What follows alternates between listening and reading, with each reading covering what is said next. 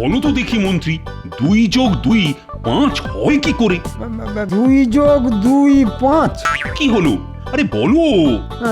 এখনো ভাবছি মহারাজ। সে কি গোপাল, আশা করি তুমি বলতে পারবে। নিশ্চয়ই পারবো মহারাজ। তাহলে শুনি তোমার উত্তর। 2 যোগ 2 5 হয়, যোগে ভুল করলে। আমি জানতাম গোপাল, আমি জানতাম তুমি পারবে। এ তো একদম জলের মতন সোজা প্রশ্ন মহারাজ। এই প্রশ্নের উত্তর দিতে না পারলে যে রাজসভায় আমার মাথা কাটা যেত। দেখেছেন মহারাজ, দেখেছেন গোপাল দিন দিন কেমন দাম্ভিক হয়ে পড়ছে। আপনার করা প্রশ্নকে নাকি জলের মতন সোজা প্রশ্ন বলছে। মহারাজ, আমার কাছে প্রশ্নটা সোজা হলেও উত্তরটা মোটেও সোজা ছিল না। উত্তরটা দেওয়ার জন্য আমাকে রীতিমতো পরিশ্রম করতে হয়েছে। কি বলতে চাইছো বলো তো গোপাল, মানে কিছুই বুঝতে পারছি না জি। শুধু যোগে ভুল করলেই হয় না মহারাজ, মন্ত্রী মশাইয়ের রাজকোষের হিসেবের ক্ষেত্রেও মাঝে মাঝে 2 যোগ 2 5 হয়। এবার আপনিই বলুন, এই দুটো উত্তরের মধ্যে কোনটা বলা উচিত হবে সেটা ভেবে বার করা কি কম পরিশ্রমের কাজ? ছি মন্ত্রী, ছি, পারবে না যখন তখন কেন লাগতে যাও গোপালের পেছনে? গোপালের সাথে বুদ্ধিতে আমরা হেরে যাব জাহাপানা।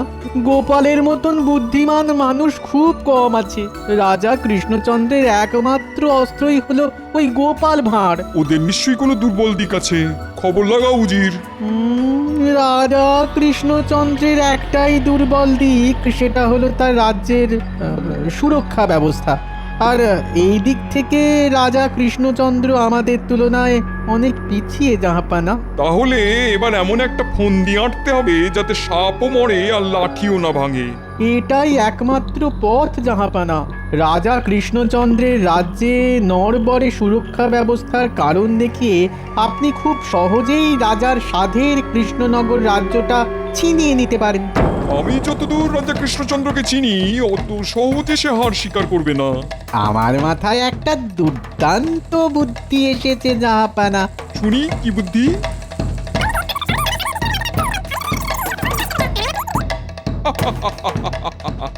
যুদ্ধ হবে, কিন্তু হবে না একটুও শব্দ। কৃষ্ণচন্দ্র, এবার তুমি হবে জব্দ। সাবাস সাবাস উজির, সাবাস।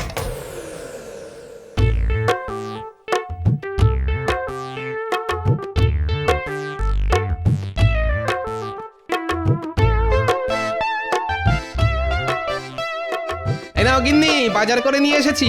উদ্ধার করে দিয়েছো। আর এদিকে আমি উনুনের সামনে বসে সেই কখন থেকে রান্না করেই যাচ্ছি। বলি, এই জ্বলন্ত উনুনের সামনে বসে থেকে থেকে আমার বুঝি গরম লাগে না? কি দরকার উনুনের সামনে বসে রান্না করার? উনুন থেকে একটু দূরে সরে বসলেই তো হয়। কি বললে? আহা, রাগ করছো কেন গিন্নি? আমি তো মজা করছিলাম।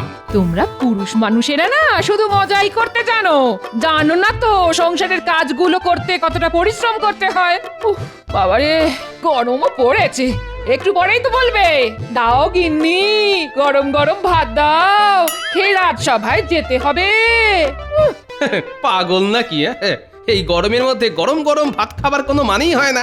তার চেয়ে ভালো আমাকে 2টি পান্তা ভাত দাও, আর সাথে একটু আলু সিদ্ধ হলে আহা, জমে যাবে একেবারে।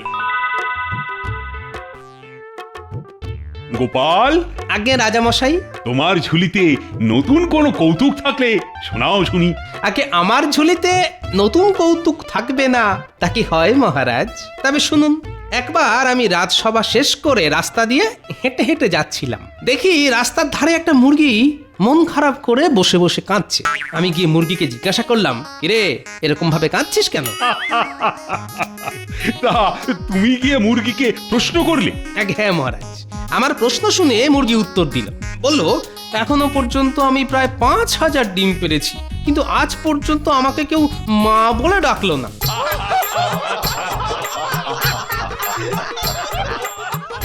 যত সব ন্যাকামো।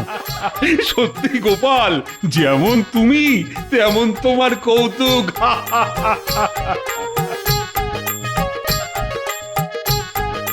মহারাজের জয় হোক। বলো বলো বলো প্রহরী, বলো। নবাবের দূত আপনার জন্য নতুন সংবাদ নিয়ে রাজসভার বাইরে অপেক্ষা করছেন মহারাজ। হ্যাঁ, আচ্ছা, বেশ বেশ বেশ, আরে যাও, তাকে ভেতরে নিয়ে এসো।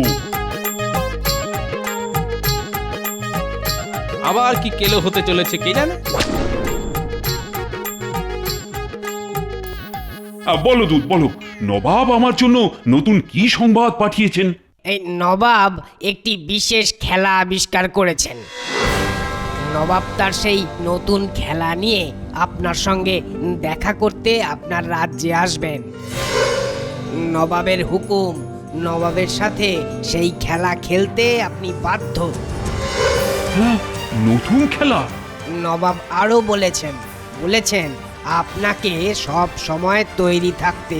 উনি যে কোনো মুহূর্তে আপনার রাজ্যে আসতে পারেন আপনার সাথে ওই বিশেষ খেলাটি খেলতে। সে আবার কি? মানে কি সেই বিশেষ খেলা? মানে সেই খেলার কি নিয়ম কানুন? মানে সেই খেলা কিভাবে খেলতে হয়? মানে সেসব না জানলে কিভাবে তৈরি হব আমি? নবাব নিজে মুখে আপনাকে সেই বিশেষ খেলা সম্পর্কে সবটা বলবেন বলে জানিয়েছেন। হায় ভগবান, নবাব কি করতে চাইছেন?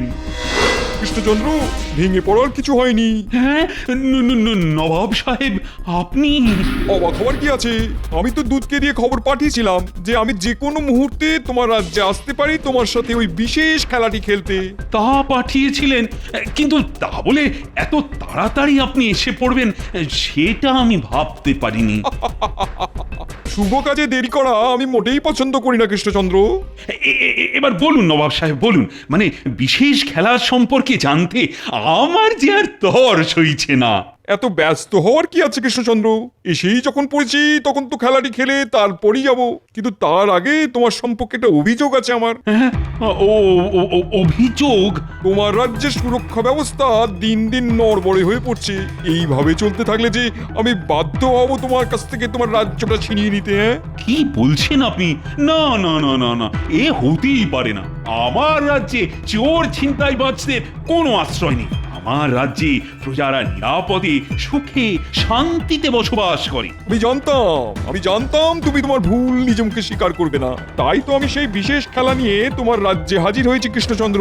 ও এই ব্যাপার, এইবারে বুঝতে পেরেছি নবাব কেন কোনো সংবাদ ছাড়াই হুট করে এই রাজ্যে এসে হাজির হলেন। এই হলো আমার পাগড়ি, এটাতেই জড়িয়ে আছে আমার মান সম্মান। আমি আমার মান সম্মানের দায়িত্ব তোমার হাতে দিলাম কৃষ্ণচন্দ্র। তোমার দায়িত্ব এটাকে রক্ষা করা।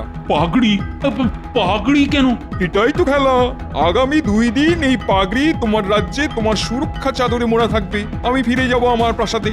ঠিক 2 দিন পর আমি আবার আসবো আমার পাগড়ি ফিরিয়ে নিতে। ঠিক 2 দিন পর আমি যদি ফিরে এসে দেখি আমার পাগড়ি তোমার রাজ্যে সুরক্ষিত আছে, তাহলে তুমি জিতে যাবে।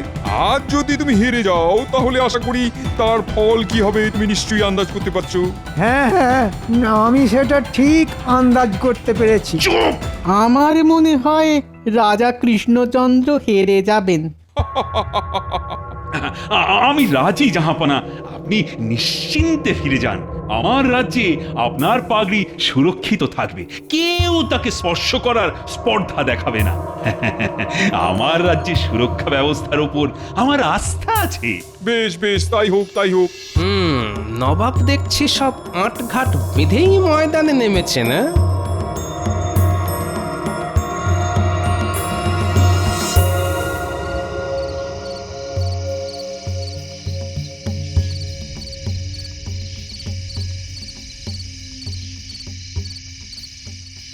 মাঝরাতে বিছানা খালি দেখেই সন্দেহ করেছিলাম। তুমি নিশ্চয়ই নবাবের পাগড়ি ঠিক আছে কিনা সেটা নিজের চোখে পরীক্ষা করতে এসেছো।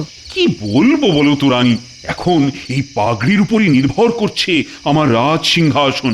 যদি পাগড়ির কিছু হয় তাহলে তো নবাব আমাকে রাজা থেকে একেবারে ভিখিরি বানিয়ে ছাড়বেন। তুমি দুশ্চিন্তা করছো। ওহ, পাগড়ির চিন্তায় চিন্তায় আমার যে ঘুম উড়ে গেছে রানী। চলো চলো বলছি, অনেক রাত হলো, এবার একটু ঘুমিয়ে নাও।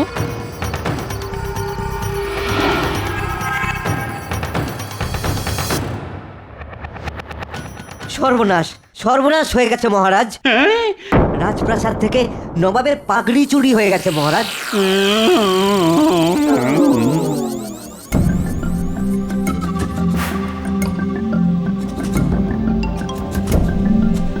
এই নিন জাহাপানা, ধরুন ধরুন।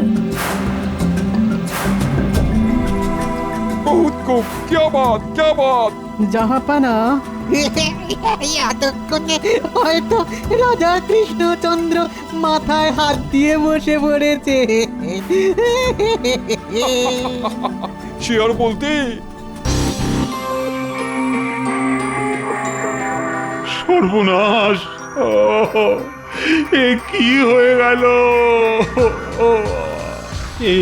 এরকম তো হওয়ার কথা ছিল না। হায় ভগবান, এবার কি হবে? রাজপ্রাসাদ ছেড়ে যে আমাকে গাছের নিচে গিয়ে বসতে হবে। রাজ্যে গোপাল থাকতে রাজা কিনা গাছতলায় গিয়ে বসবে? এ কেমন করে হয় মহারাজ? কিন্তু আমি যে হেরে গেছি গোপাল। সে তো আমি দেখতেই পাচ্ছি, তবে আমিও ছেড়ে কথা বলবো না। এই বলে দিলাম, আমি ঠিক যেমনটি বলছি আপনি ঠিক তেমনটি করুন মহারাজ। তারপর দেখি কিভাবে নবাব আপনার হাত থেকে আমাদের রাজ্য কেড়ে নেয়।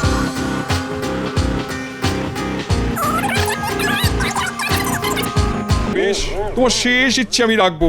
আমি রাজি তোমার সাথে ওই খেলাটি খেলতে। গোপালের কথা শুনে বড় মুখ করে তো বলে দিলাম, এবারও যদি হেরে যাই। তুমি হেরে গেলে কৃষ্ণচন্দ্র, হ্যাঁ? এবার তোমার রাজ্য ছাড়ার সময় এসছে। হ্যাঁ, কে আছো? এক্ষুনি রাজা এবং তার সব সদস্যদের ঘাড় ধাক্কা দিয়ে বের করে দাও। ক্ষমা করবেন নবাব সাহেব, কিন্তু এটা কি ঠিক হলো? মানে খেলাটা কেমন একতরফা হয়ে গেল না? আমি স্বীকার করছি আমার রাজ্যের সুরক্ষা ব্যবস্থা খুবই দুর্বল, তাহলে এই দুর্বলকে খেলা থেকে বঞ্চিত করাটা কি ঠিক হলো? বলো কি কৃষ্ণচন্দ্র, শুনেছো উজির? শুনছি শুনছি জাহাপানা। কৃষ্ণচন্দ্রের মনে হয় আপনার সাথে এই একই খেলা খেলার ইচ্ছে হয়েছে। হেরে গিয়েও কৃষ্ণচন্দ্রের শান্তি হয়নি। শান্তি এবার মনে হয় মুখে চুন কালি মাখতে চায়। এ কি, উজিরও দেখছি আমাকে নাম ধরে ডাকছে। কি? কৃষ্ণচন্দ্র, তুমি যা বলছো ভেবে বলছো তো? আগে যাহাপনা, আমি ভেবেই বলছি। মানে আমি ওই খেলাটি একটিবারের জন্য আপনার সাথে খেলতে চাই। বেশ, তোমার শেষ ইচ্ছে আমি রাখবো। আমি রাজি তোমার সাথে ওই খেলাটি খেলতে। গোপালের কথা শুনে বড় মুখ করে তো বলে দিলাম, এবারও যদি হেরে যাই তাহলে নবাব আমাকে ন্যাড়া করে মুখে চুনকালি মাখিয়ে গাধার পিঠে চড়িয়ে এই রাজ্য থেকে চিরকালের মতো বার করে দেবেন। হায় হায় হায়, তখন যে আমি আর কাউকে মুখ দেখাতে পারবো না। এই তো এইবার দেখাচ্ছি মজা। এবার নবাবকে এমন শিক্ষা দেব যাতে আর কোনোদিন আমাদের রাজ্যের দিকে হাত বাড়াতে না পারে। সাহস কম নয়, গোপাল ভাঁড়ের সামনে দাঁড়িয়ে বলে কিনা রাজ্য ছেড়ে দাও। এবার দেখাচ্ছি, দাঁড়াও, আমিও তোমার সিংহাসন থেকে তোমাকে নামিয়ে ছাড়বো, এই বলে দিলাম।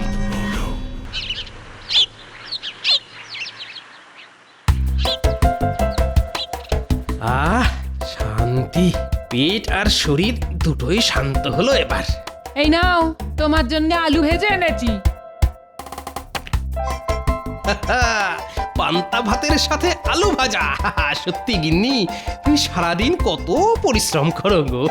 না না, এবার তুমিও খেতে বসো। হ্যাঁ, আমার খেতে বসার দেরি আছে গো, এখনো যে সংসারের অনেক কাজ বাকি। হ্যাঁ গোপাল, মানে তোমাকে ওই ভর দুপুরে বিরক্ত করলাম। ছি ছি মহারাজ, এ কি বলছেন? আমার যে পরম সৌভাগ্য, আপনার পায়ের ধুলো আমার বাড়িতে পড়েছে। না মানে ওই তোমার কথা মতন আমি যে নবাবের কাছে আমার খেলার ইচ্ছে প্রকাশ করলাম, আর নবাবও রাজি হলেন। কিন্তু আমি তো জানি ওই নবাবের সুরক্ষা বলয় ভেদ করার ক্ষমতা কারোর নেই। সে তো আমিও জানি মহারাজ। যখন জানো তখন আমাকে এমন বুদ্ধি দিলে কেন গোপাল?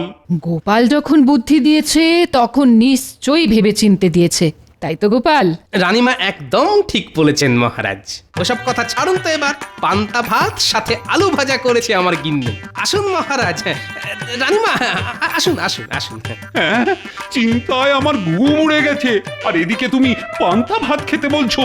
আরে ওদিকে যে নবাব আমাদের জন্য অপেক্ষা করছেন, আর খেলার নিয়ম অনুযায়ী আমাদেরও নবাবের কাছে গিয়ে আমাদের কোনো একটা জিনিস জমা রেখে আসতে হবে। অবশ্যই যাব মহারাজ, কিন্তু তার আগে আমার ছোট্ট কাজ বাকি আছে। আগে ওটা সেরে আসি। কি কাজ? সেটা আমি আপনাকে এখনই বলতে পারবো না মহারাজ। সেটা জানার জন্য আপনাকে যে একটু অপেক্ষা করতে হবে।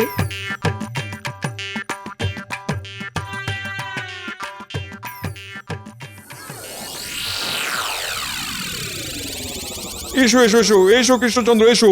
বাবা, সঙ্গে করে দেখছি গোপালকেও নিয়ে এসছো। রাজা কৃষ্ণচন্দ্র থাকবে আর পাশে গোপাল ভাঁড় থাকবে না, তা কি করে হয়? দুঃখ একটাই, এবার আর গোপাল ভাঁড় কৃষ্ণচন্দ্রকে রাজ্য ছাড়ার হাত থেকে বাঁচাতে পারবে না।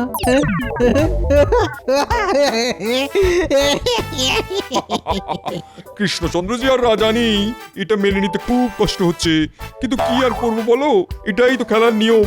আমি আবার নিয়ম ভঙ্গ করা একদম পছন্দ করি না। ঠিক বলেছেন নবাব সাহেব, আমিও নিয়ম ভঙ্গ করা একদম পছন্দ করি না। তো কি এনেছো তোমার? কই দেখি, দেখাও দেখাও। এই যে সিন্দুক, এর মধ্যে আমার আর আমার রানীর সব গয়নাগাটি আছে। সিন্দুকের মুখ আমি গালা দিয়ে আটকে রেখেছি। এটা আমি আপনার হাতে দিলাম নবাব সাহেব। আজ থেকে আগামী 2 দিন এই সিন্দুকের দায়িত্ব আপনার।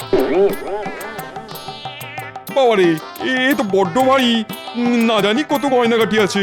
খেলার নিয়ম মতো আমি ঠিক 2 দিন পর আসব আমার সম্পত্তি ফিরিয়ে নিয়ে যেতে। 2 দিন কেন, 2 দিন কেন, 2 বছর পর আসলেও আমার কাছে ওই সিন্দুক তোমার রানীর গয়না সমেত একেবারে সুরক্ষিত থাকবে। কি বলো উজির? একদম ঠিক জাহাপানা। আচ্ছা, দেখা যাক কেমন সুরক্ষিত থাকে। এই যে এসো এসো কৃষ্ণচন্দ্র, ভেতরে এসো। এমন চমকে উঠলে কেন? না মানে, এবার কি হবে গোপাল?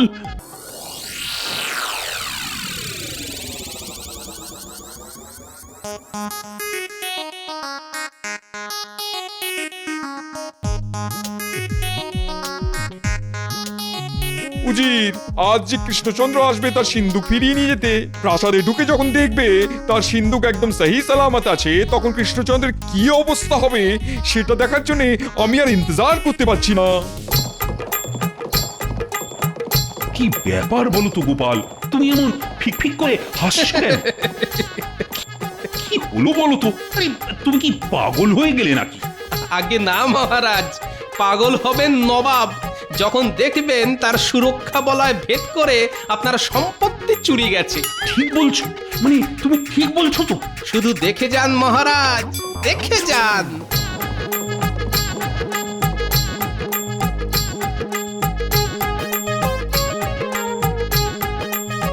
এই যে এসো এসো কৃষ্ণচন্দ্র, ভেতরে এসো।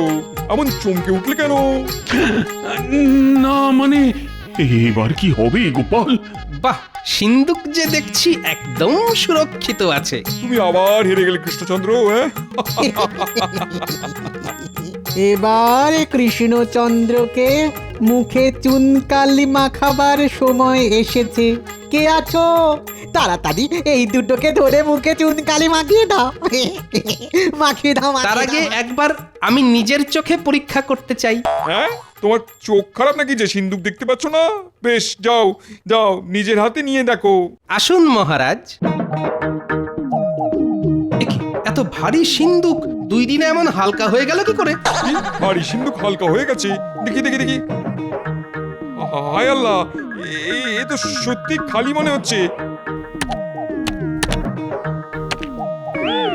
কি সর্বনাশ! রাজামশাইয়ের সব গয়না উধাও। কি কি করে হলো? অসম্ভব, অসম্ভব কাণ্ড। আপনি আপনি নিজের চোখেই তো দেখছেন জাহাপনা, সিন্দুকের ভিতরে যে কিছুই নেই, পুরো ফাঁকা। তাহলে কি আপনার রাজমহলের মধ্যেই চোর আছে নাকি, যে আবার সিন্দুকের ভেতরের মাল খালি করে দেয়? আমি জিতে গেছি, আমি জিতে গেছি। ঠিক ঠিক ঠিক খেলার নিয়ম অনুযায়ী এবার আপনাকেও যে আপনার রাজ্য ছেড়ে দিতে হবে জাহাপনা। না না না না না, আমার রাজ্য আমি ছাড়বো না। সে কি জাহাপনা, আপনি যে নিজ মুখে বলেছেন যে আপনি নিয়ম ভঙ্গ একদম পছন্দ করেন না। হ্যাঁ, এরকম কিছু বলেছিলাম নাকি? বলেছিলেন জাহাপানা। তোমরা যা চাইবে আমি তোমাদের তাই দিতে রাজি, কিন্তু কিন্তু আমাকে আমার রাজ্য ছেড়ে চলে যেতে বলো না। আমি যে পথে বসবো এই ঘটনার কথা কেউ যেন না জানে। মহারাজ এবার আপনি কিছু বলুন। একটা শর্তে আমি নবাবকে ছেড়ে দিতে রাজি। কি কি কি সেই শর্ত? আমাকে আমার রাজ্য ফিরিয়ে দিতে হবে। 100 বার ফিরিয়ে দেবো, 1000 বার ফিরিয়ে দেবো, আর কোনোদিন আমি তোমার রাজ্যের দিকে চোখ তুলেও তাকাবো না রাজা কৃষ্ণচন্দ্র। আমাকে এবারের মতন ছেড়ে দাও। গোপাল, তুমি এইবারও আমাকে বাঁচালে। ওহ, আমি যে তোমার কাছে সারা জীবন ঋণী থাকবো। ও কথা বলবেন না মহারাজ, আমি আমার কাজ করেছি। ফিরে গিয়ে আমি তোমাকে পুরস্কৃত করব গোপাল, কিন্তু তার আগে বলো তো, সিন্ধুকের ভিতরে থাকা গয়নাগাটি সব গেল কোথায়? মানে কি থেকে যে কি হলো কিছুই যে মাথায় ঢুকছে না আমার। সিন্ধুকের ভেতরে যে গয়নাগাটি ছিল সেটা আপনাকে কে বললো? ও মা, তুমি তো বললে নবাবের সামনে। তাছাড়া সিন্ধুকের ওজন যে বেশ ভারী ছিল সেটা আমি হাতে নিয়েই টের পেয়েছি। আগে না মহারাজ, সিন্ধুকে গয়নাগাটি কিছুই ছিল না, তবে কি ছিল? ছিল শুধু বরফ। বরফ? আগে হ্যাঁ, ঠান্ডা বরফ। আর সিন্ধুকের নিচে ছিল একটা ছোট্ট ফুটো। বরফ গলে সব জল হয়ে ওই ফুটো দিয়ে বেরিয়ে গেছে, আর গরমে জল শুকিয়ে গেছে। ওদিকে নবাব ভাবছেন ভিতরে থাকা গয়নাগাটি সব চুরি হয়ে গেছে।